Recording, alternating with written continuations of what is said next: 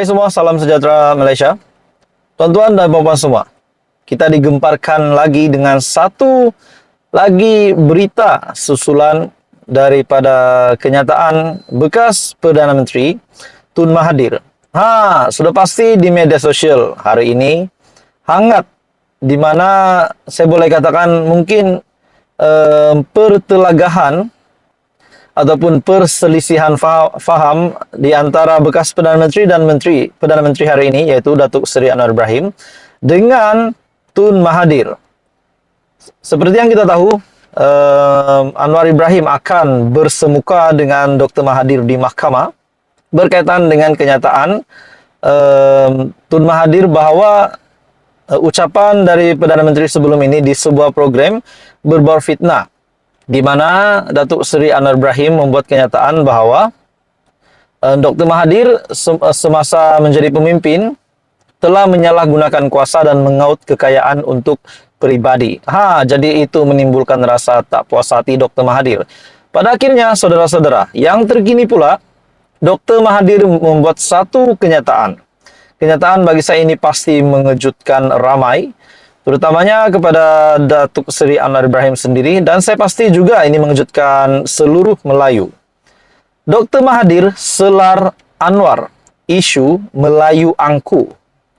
Tun Dr. Mahathir Mohamad mempersoal kenyataan Perdana Menteri Datuk Seri Anwar Ibrahim dalam lawatan ke Kemboja baru-baru ini, yang memberi ingatan kepada orang Melayu supaya tidak terlalu selesa dan angku sehingga meminggirkan kaum lain. Bekas Perdana Menteri itu berkata, Anwar tidak sepatutnya berucap sedemikian kerana secara tidak langsung menghina orang Melayu. Tuan-tuan dan puan-puan semua, bagi saya ini satu isu yang sensitif lah. Menurut Anda, apa yang dinyatakan oleh Tun Dr. Mahathir? Anda boleh komen di bawah. Apakah Anda setuju dengan kenyataan Tun Dr. Mahathir? Anda boleh komen di bawah. Dalam artikel ini, tegasnya orang Melayu sejak sebelum dan selepas merdeka telah meraihkan ramai kaum lain. Saya juga dapat tahu dia membuat kenyataan itu setelah lawatan ke Kemboja dan berkata bahwa walaupun umat Islam Kemboja cuma 10% mereka diraikan, masjid tidak roboh, hak mereka dipertahan, malah diangkat sebagai menteri mewakili kepentingan mereka. Kenyataan Anwar ini agak pelik serta ganjil kerana ia menghina orang Melayu sebagai angku dan tidak bersikap seperti majoriti orang beragama Buddha di Kemboja yang meraihkan minoriti Islam, katanya menerusi hantaran di Facebook pada Rabu. Tambahnya, kerakyatan telah diberi kepada 1 juta pendatang tanpa memenuhi syarat dan dibenar meneruskan adat resam, budaya, sekolah, bahasa, agama, dan cara hidup negara asal mereka. Apabila negara capai kemerdekaan, mereka diberi hak mengundi dan wakil-wakil kaum itu juga dilantik menjadi menteri dan ke lain-lain jawatan tertinggi di dalam kerajaan.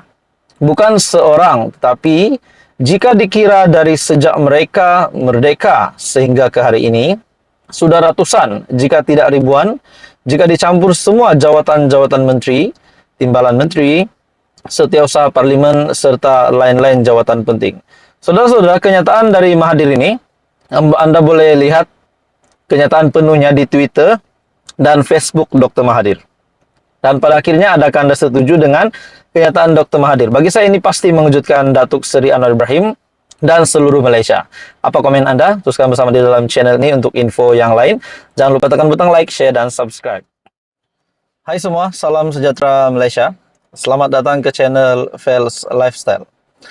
Saudara-saudara, tuan-tuan, dan puan-puan semua, hari ini kita digemparkan dengan satu, saya boleh kata, pengunduran diri ataupun mungkin peletakan jawatan ataupun persaraan selama-lamanya oleh seorang Tan Sri yang paling terkenal di Malaysia. Sebelum ini, hangat juga spekulasi ataupun kabar angin setelah Mahyadin ataupun Muhyiddin Yassin yang telah terima 7 pertuduhan di mahkamah. Sudah pasti ada beberapa pihak yang mungkin bukan pengundi kepada Muhyiddin Yassin, ataupun mungkin ada juga di kalangan pengundi Muhyiddin Yassin yang tertanya-tanya dengan status Muhyiddin Yassin. Adakah beliau akan meletakkan jawatan setelah mahkamah, setelah beliau berhadapan dengan 7 pertuduhan di mahkamah, yaitu kes mahkamah lah. Jadi tuan-tuan dan bapak semua, hari ini kita digemparkan. Bukan Muhyiddin Yassin. Bukan Tan Sri Muhyiddin Yassin, bukan Tan Sri Abdul Hadi Awang, bukan Tan Sri yang lain yang bersara. Yang bersara adalah